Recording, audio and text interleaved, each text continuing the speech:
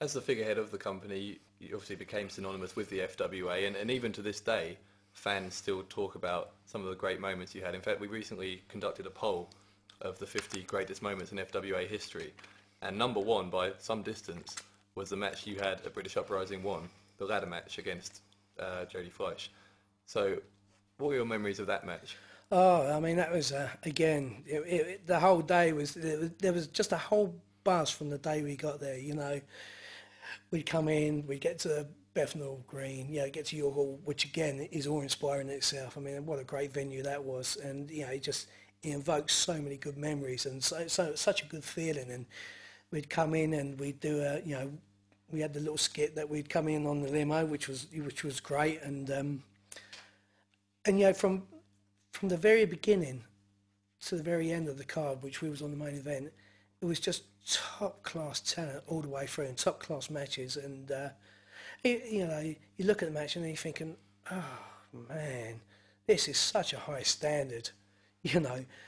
And you know, we had to follow, like I say, the likes of Balls Mahoney, Old Firm, and you know, Johnny Storm and AJ Styles, which was on directly before us. And I thought, we've really got to raise the roof on this, because, you know, we're the main event, and, you know, we really should be something spectacular. And I mean, and Jodie's just great, because again, because we had such a good build-up with the whole old school, new school storyline, which was so cleverly masterminded.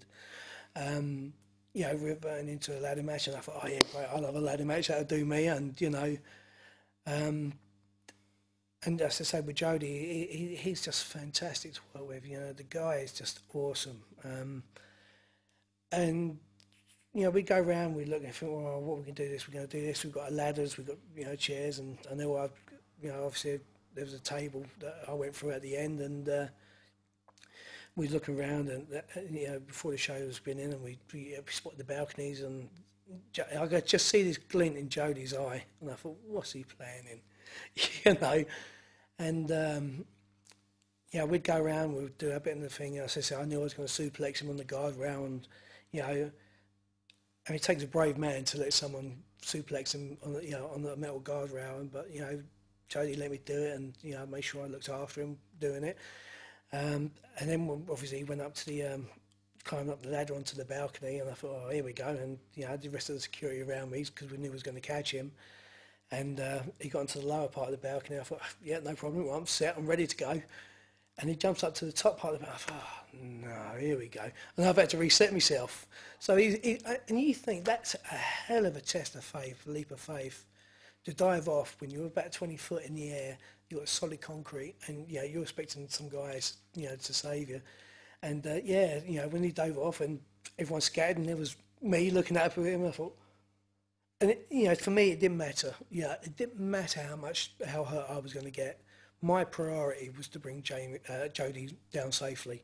You know, I wouldn't care if I've got a broken arm, broken nose, but I was there to make sure that he landed safely. You know, I mean, in the end of the day, I was a big lump, and, you know, and luckily we pulled it off.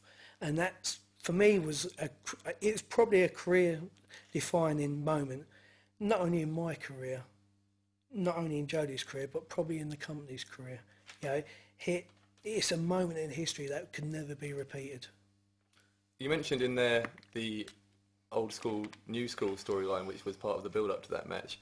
That, again, is another part of FWA's history that's very much fresh in fans' minds even to this day. What was your role in developing that, and what your memories of it? Oh, I mean, you know, I loved it because obviously they brought in the likes of Robbie Brookside, Drew McDonald, you know, it was Dino, myself, you know, and on the other side there was Alex. It was spearheading, you know, the new school, and you know, Scott Parker, and it was just great to work with those guys because, again, it just showed the difference, you know, the old school and the standoff against the new school. And, you know, and it was something that people could really get into because, you know, there was always been this talk, oh, you know, if you haven't been brought up in the old school, if you haven't had the old school treatment of being trained, then, you know, you don't know nothing about wrestling. And, you know, wrestling doesn't mean doing 20 flips, you know, it's all about turning, you know, the story and getting down and being hard.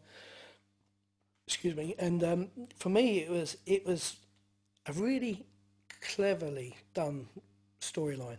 You know, it took a lot of work to pull out, and you know, full respect to the people that made that happen. You know, for me, it was great just to be part of it, because I always remember, because again, I'd done the switch at Harrow.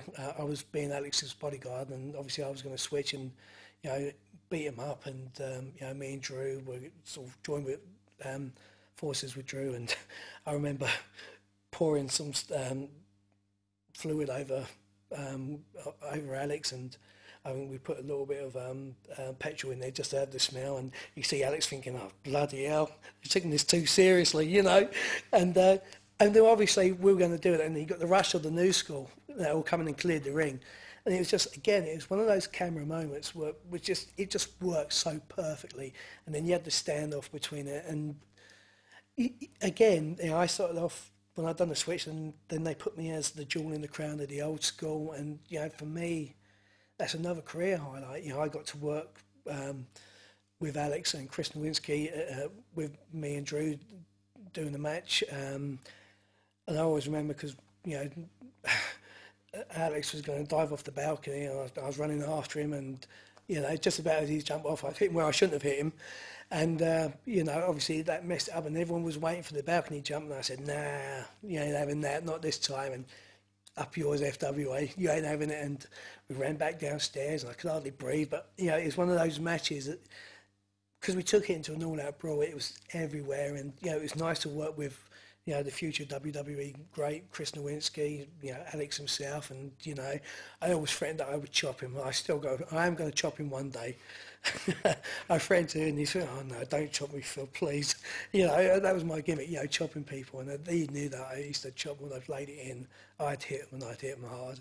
But, you know, it was a great storyline to be a part of. Now, I was asking some fans before this interview about what other memories they have of you, and obviously there's those momentous occasions that we've talked about. Another one, perhaps a more fun occasion, was the time you ended up beating up the cast of Dirty Sanchez. Tell us about that. Yeah, that was great. That really was great. You know, I got the call from Alex. He said, "Phil, can you help me out? You know, we've got these guys that doing Dirty Sanchez, which is going to be like Jackass. You know, can you come out and do this skit with us?" And I thought, yeah, no problem. You know, I'm not doing anything. So I'd gone down to Portsmouth to meet up with the guys, and I said, "Well, what do you want to do?" And they said, "Well, beat us up. Do what you do in the wrestling." I went, "Well, okay," you know, "but what do you want me to do?" He said, "Anything, do what you want." I said, "Well, do you want to take it? Do you want me to sort of take it slightly easy with you?" They said, No, really give it to us." I thought, you don't have to ask me twice. You know, it was like giving candy to a baby. It was like, "Oh, more, please." And so obviously we've gone to do the show, and they've done this thing. They've got in their costumes, and by this time I'm really psyched and I'm ready to go. And you know, they were buzzing, and I've already chopped Pancho in the changing room. I've already given him a chop, and it took him by surprise how much it hurt him. So, you know, again, Alex, you've got that to look forward to.